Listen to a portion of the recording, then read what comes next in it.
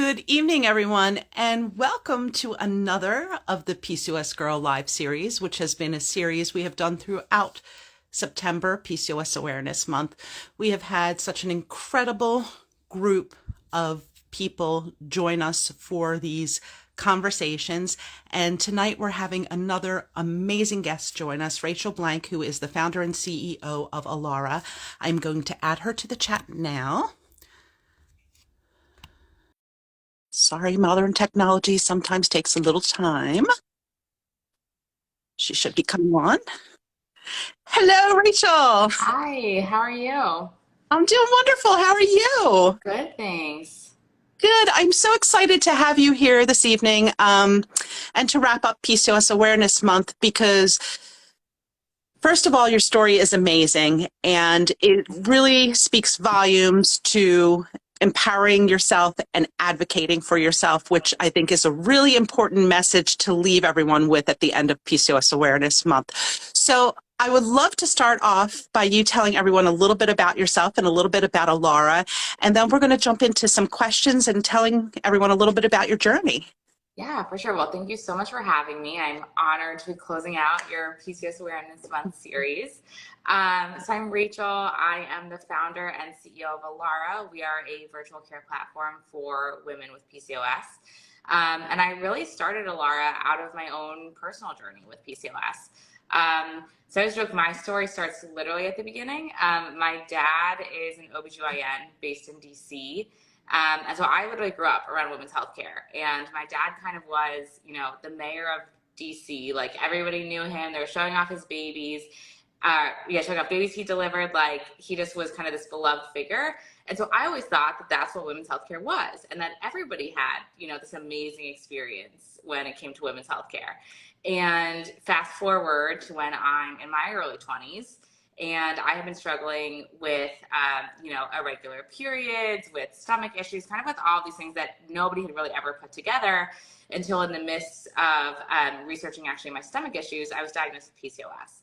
And for the next 12 years after that, since I've been diagnosed, I really felt like I could not find consistent, ongoing good care. I mean, I literally would have to get myself re-diagnosed multiple times because doctors wouldn't believe me because I didn't fit the classic stereotype for PCOS.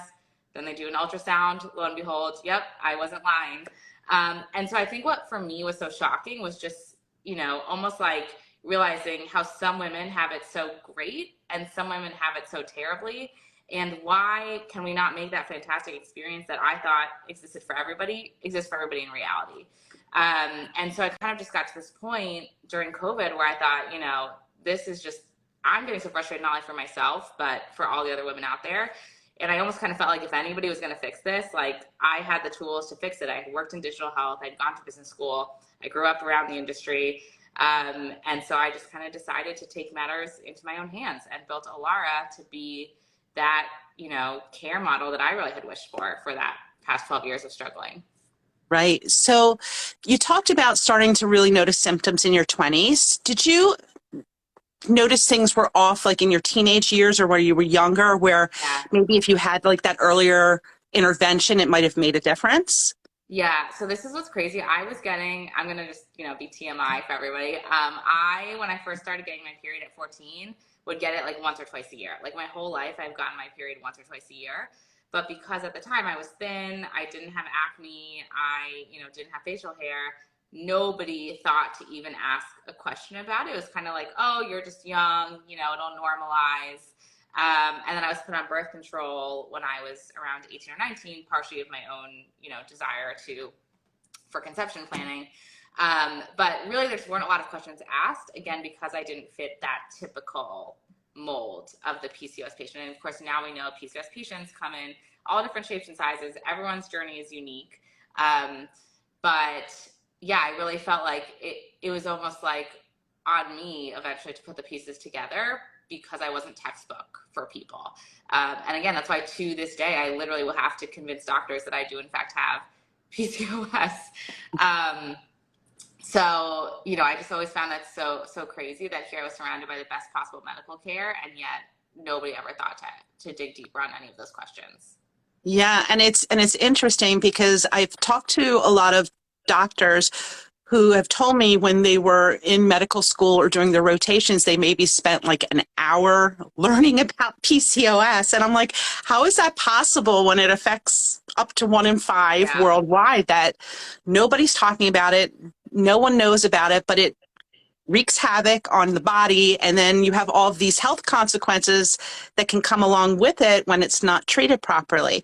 So you talked a little bit about kind of piecing things together yourself. Did your dad start noticing things, or was it you that noticed things, and kind of how did you piece that all Yeah. together? I think this is also part of the reason I almost felt like called to start Allara, is I just saw what a difference it can make if you have an advocate in your corner who knows how to advocate, who knows how to navigate the healthcare system. So because of my dad, I actually was having a lot of stomach issues, and we now know we actually see a lot of overlap between patients with PCOS and IBS.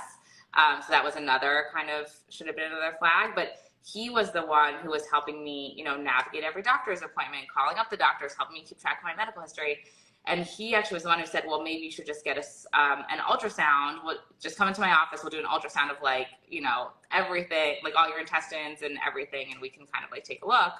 And it was the sonographer actually who diagnosed me. She said, did you know you have PCOS, when she did the sonogram? And I said, I don't even know, or the ultrasound. I always get confused. But she said, do you know that have this? And I said, I don't even know what that is. Like, what are you talking about? And that was actually how I got diagnosed. But truly, if you don't have somebody advocating for you who knows who to call, who can speak the language of doctors, you can get so lost in the system. And I think for me, coming from such a place of privilege and still feeling so frustrated in my care, made me think, well, how does anybody else do it? And how could anybody else possibly navigate this if I'm left feeling this way? Right. So let's talk a little bit more about this journey about educating yourself. So the ultrasound technician tells you that you have PCOS. So you're now left with these 4 lovely little letters and no idea of what that means, right? So what did you do to kind of learn about this or empower yourself with more information? So this is where I think, we talk a lot about the difficult path to diagnosis, but I think equally, if not more difficult, is the path after diagnosis, right? You get hit with this diagnosis and it feels so scary and it feels so overwhelming. I remember thinking, at 20 years old, I was thinking will I ever be able to have kids? What does this mean? Am I just infertile for the rest of my life? And it's really scary. And at the time, it also felt really isolating because this was back, this was 10, 12 years ago. I think before we had people really talking about, PCOS awareness, before we had advocates. I think it was before PCOS Challenge and your work even started potentially. So, I know you've been doing it a long time, but I'm even getting, up there now to the point where I'm predating you potentially. But there just really wasn't anybody talking about it. So you kind of felt so alone and so isolated. And I think that shame and that fear was really tough, especially in my early 20s, and just feeling so nobody else was like this. I was kind of a freak. I was alone. I just remember feeling all of those feelings. And that was really tough. And then I think the other thing that's tough is there's not a lot of good scientific backed information out there. There's a lot of noise out there. And I found myself listening to all of the noise. So I was, following a million influencers, and I was reading blogs, and I was on Reddit doing Reddit deep dives. And I think that there are good nuggets in there, and I think that there is value in people sharing their stories, but there just is so much misinformation out there too, to the point where I was, not eating gluten, not eating dairy, doing crazy diets, doing all of these crazy things, not knowing what actually worked for my body, and not taking any sort of scientific approach to it.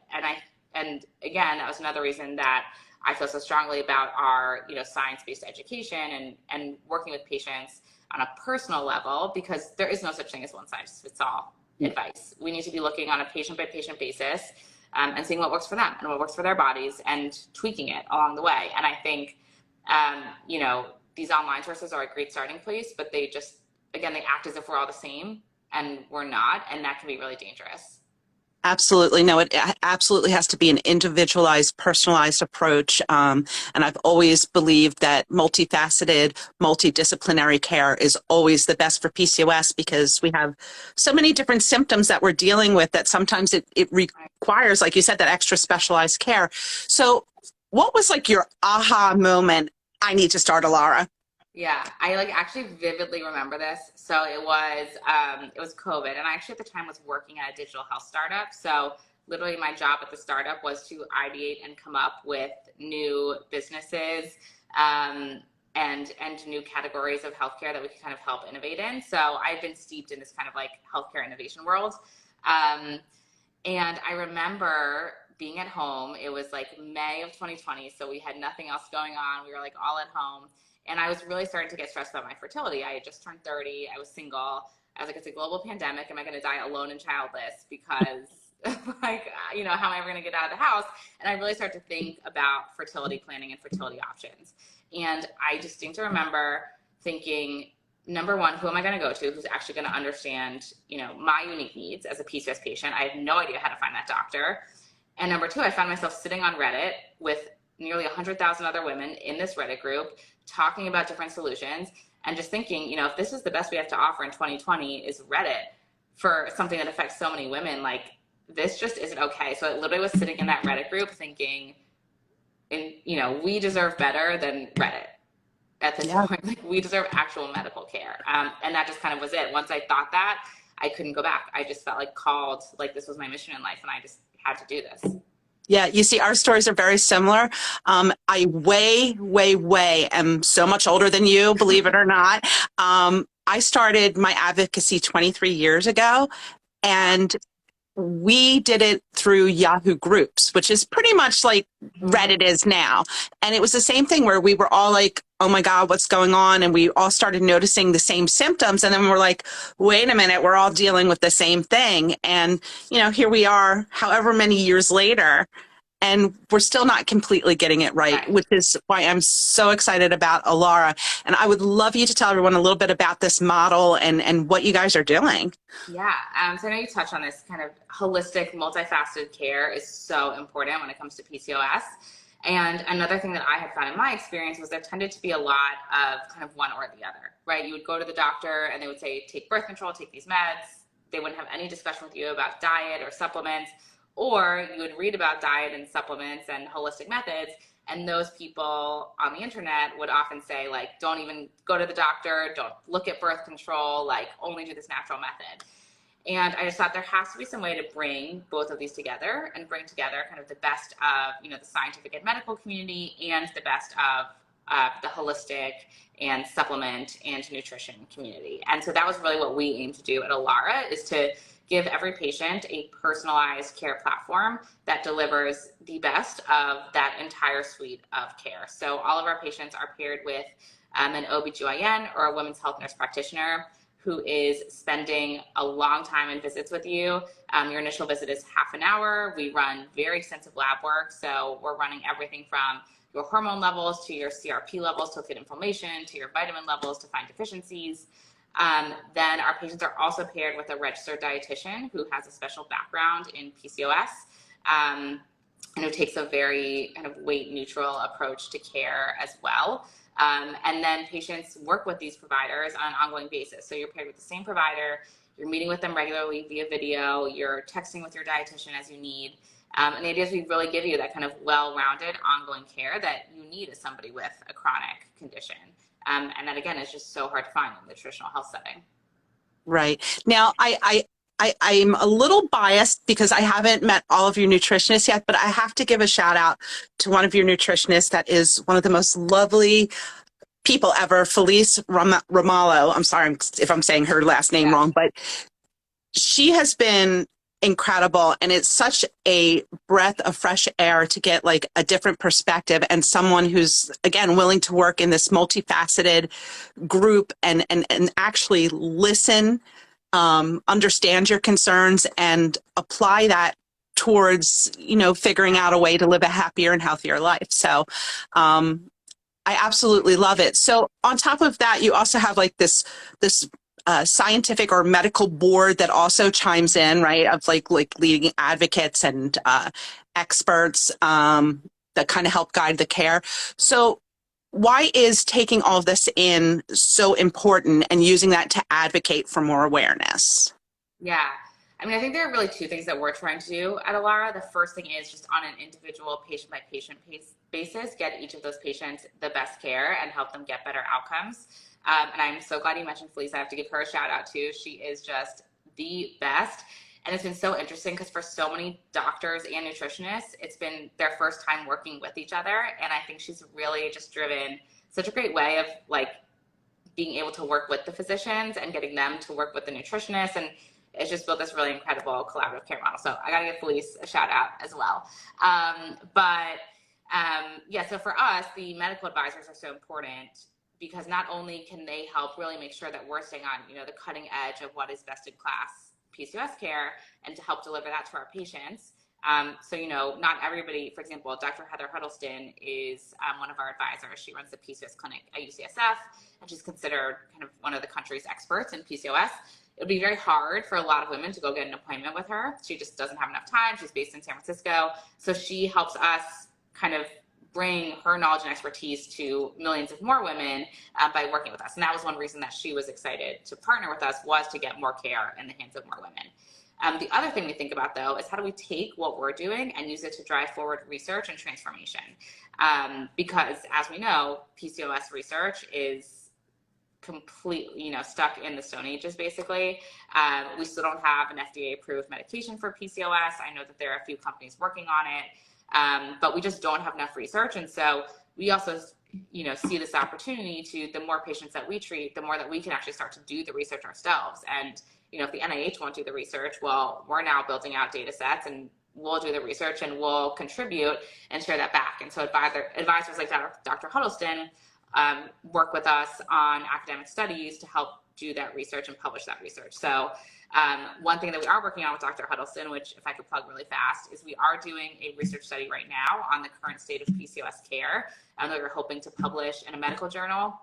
I believe that you helped us reshare that post looking for survey participants, but it is in the link in our bio. We are looking for additional survey participants on this research study we're working with Dr. Huddleston. But for us, that's what it's about. How do we get people to get the best outcomes? And then how do we use that to actually drive the whole scientific community forward so that even if you're not working with Allara, you're still getting better care? Yeah, it's so important because I think a lot of patients don't understand that for this research to occur, yes, it requires us to work with academics. It requires funding. But most important part is to have the patients that are involved in doing these surveys and to make sure that these surveys are diverse. And one of the reasons is for this, here's my nails down the chalkboard moment, is that a lot of the research is based on this one term that I hate, which is women of reproductive age. And this is why. Because we are a lot more diverse as a community than that. There are girls as young as 11 that can be diagnosed. There are women that are past menopause that are still dealing with the symptoms. So please definitely get involved in this research. And Rachel, I will definitely share the links again to make sure that people are aware of it. So as far as the research, what are you going to do with that research? Like once it's done and published, where do you think that's going to lead care? I think, when we think about the importance of research, one is just awareness around the condition. I just still think that there's such a lack of awareness around, there's a lot higher awareness among women with PCOS, but there's still such a lack of awareness in the rest of the community. So for example, when I go to investors for fundraising, I hear all the time, wasn't this a niche condition? Isn't this a niche product? And I'm like, I don't think 1 in 5 women is very niche, but if you think so, that's great. So we just need so much more awareness around, who does PCOS affect? How does it affect you? How long did it take you to get diagnosed? What have been your outcomes? Have you struggled with type 2 diabetes? Have you struggled with preeclampsia or gestational diabetes? And getting the data that shows people, hey, if you're an insurance company, here's actually how much your patients cost you, because here's how many of them on average had gestational diabetes, which can really jack up the cost of medical care, right? And it's things like this that start to get people to care outside of the community that can be really important. And we also, this is kind of a longer term vision, but really try to start thinking about outcomes data and how do we start thinking about, okay, if we are working on this, protocol where it's nutrition and medical care, how do we start tracking that over time and seeing, what works, what doesn't work for patients? Because as I said, we still don't know actually what really treats PCOS. We're just managing the symptoms. Right. Um, Let me ask you a question then, because as somebody who has PCOS and me as well, and from what I've heard in the community, a lot of people say, well, me getting involved isn't going to matter, or me going to see a doctor isn't going to make a difference. How do we start changing that outlook with the community when we've been so inundated telling, with a lot of providers and friends and family telling us it's our fault, we don't exercise enough, we don't eat the right foods, we don't do what we're supposed to. How do we change Yeah. that perspective? Yeah. I mean, I think for me, it's you never know who your message is going to reach and what outcome that's going to have. So again, for example, I am talking to investors. I'm talking to, people at insurance companies trying to get things covered. I am talking to employers trying to get them to cover services. Oftentimes these decision makers tend to be men, and they tend to not have direct experience with these conditions. But if that man says, and they will tell me, they will say, oh, actually, I know what you're talking about. My sister has PCOS and it's been so tough for her. Or, my wife has it or my friend has it. I think we don't realize the trickle effect that these stories can have.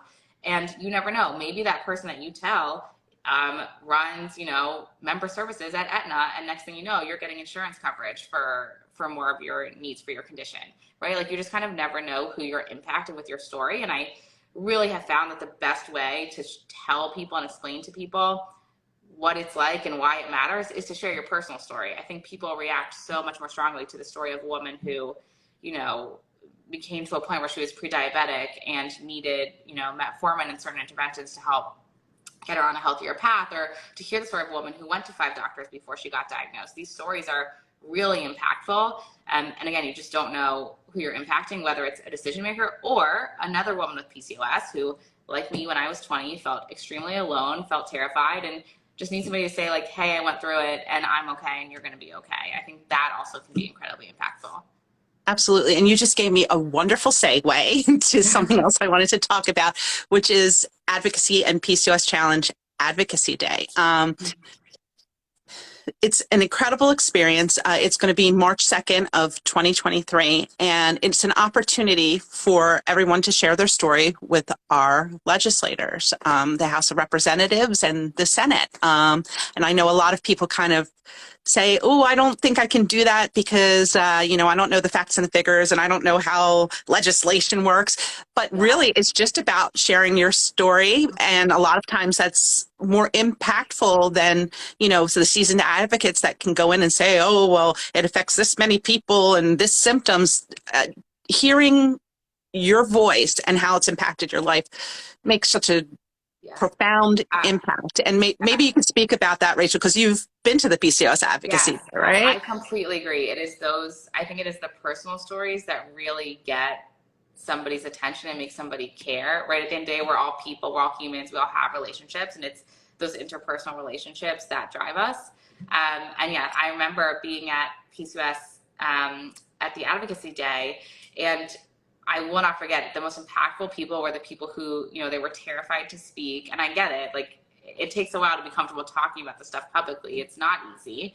And I remember there was one who was, terrified to speak. She was crying, but it made her story so impactful to see how hard it was for her to speak, and the fact that she was willing to speak anyways, and she was willing to share her story anyways. It just added so much authenticity and vulnerability and like passion to what she said, and it just really made such an impact on me. So I think it's almost, if you are scared to do it, it's almost more of a reason to do it, because I think it can have an even stronger impact when somebody sees that struggle that you're pushing through, to share your story. Yeah, no, it's empowering. And I promise you, if you guys sign up for it, you will be empowered as well. I have people who were first-time advocates that are now some of the strongest advocates in our community, because once you find your voice and you realize that you can use it and that it's going to help others, you don't want to stop. You just continue. And that's a lot like kind of you with your story and your vision with Allara, that, once you figured out that, you can empower yourself and you could do this, it kind of shot off like a rocket. So what is the impact that you eventually hope that you have with Allara? Yeah, I mean, when I look at women's health today, I think we have a massive, massive gap when it comes to chronic care management of specialty conditions, right? I think, women with PCOS, we know that we all struggle, but so do women with endometriosis, women with uterine fibroids, and oftentimes we see overlap in that as well. And nobody has really stepped in to say, okay, if you have needs that go beyond that primary care, GYN visit, but you don't need IVF, you don't need egg freezing, you're not actively trying to conceive, there's kind of just this gaping hole if you're a patient struggling with these conditions looking for ongoing care management. And so really my vision for Allara is to be the center of excellence for women's specialty conditions. And what that means is not only are we treating women with, the utmost highest gold standard of care, driving significant outcomes, but we're also driving forward women's health research and women's health standards of care, and really just filling that hole that's massively gaping right now.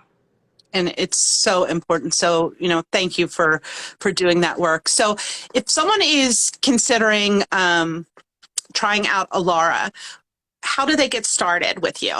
Yeah, so I'd say a few things. One, we have a ton of free information on our Instagram, on our website, we have a blog. So number one, just, follow us on Instagram, check out our blog. We're at allarahealth.com.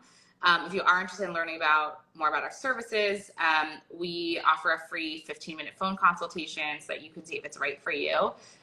If you haven't actually been diagnosed with PCOS, if you're kind of unsure, you're having these symptoms, you're not sure what's going on, we have a diagnostic program where we will run very extensive lab work, and then you'll meet with a physician to review all of it and see if it is PCOS or what else could be going on. Or then we also have our ongoing care program where you're working with your dietitian and your doctor.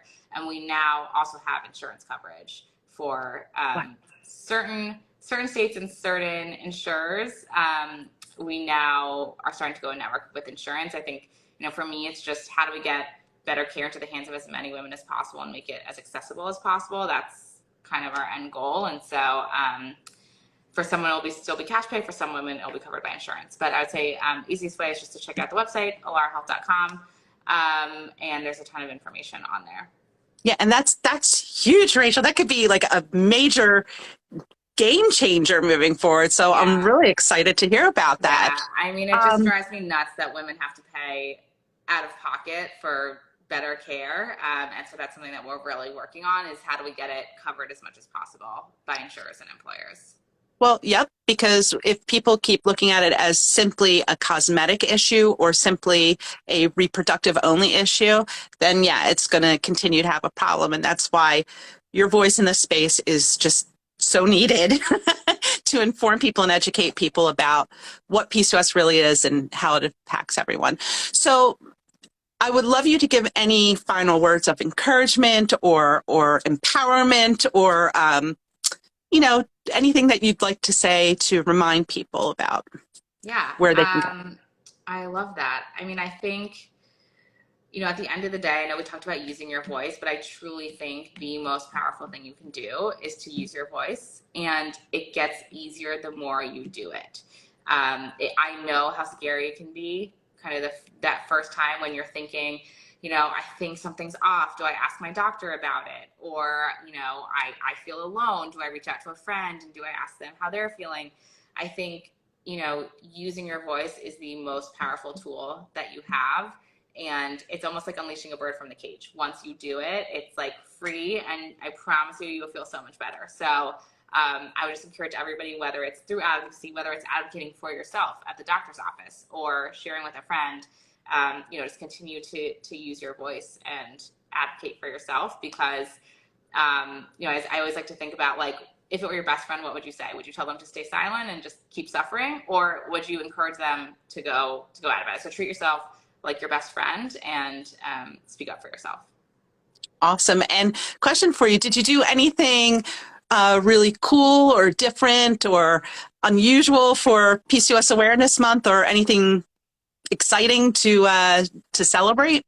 Yeah, I think for us, I was really excited to be able to share the voices of so many women for PCOS Awareness Month. So also on our Instagram and on our blog, we've highlighted a number of women with PCOS, both our patients, but also celebrities like Sama Dada, like Roses, the singer. I mean, I think like Macy Book Out. So I think I have just been so impressed by the willingness of women, again, to share their stories, to share with each other, our patients to share their stories. And so I just was so touched by all of the women, both celebrities and non-celebrities, who shared their stories with us, so that, again, we could help this community feel more connected. So that to me was a really exciting project. And again, that's on our Instagram and blog as well.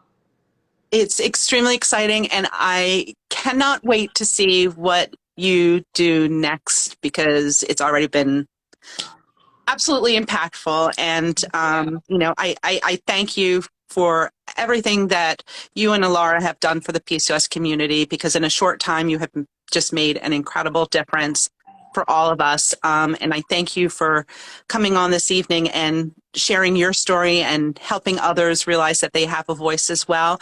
And on social media, can you let everyone know where to find Allara as well? Yes, we are at Allara Health. I think we're typing this, but it's 2 L's, ALLARA Health, at Allara Health, and you can find us there on TikTok as well. And I just want to say thank you to you as well. I know you really have kind of paved the way when it comes to PCOS advocacy. And, if I thought it was hard to do now, it must have been so much harder to do 23 years ago when you were standing alone. So thank you to you as well for all that you have done. Thank you so much. And everyone, this live is going to be on my timeline, and I will be sharing it with Rachel and Allara as well for their timelines. This has been a wonderful PCOS Awareness Month, filled with so much love and information and advocacy. And I hope it doesn't stop with the end of September, because we need to keep going. There's a lot more to be said and done. So please join me. Please join Allara. And we will see you again very soon for much more. Rachel, thank you, and have a wonderful evening tonight. Thank you. Bye. Bye, everybody.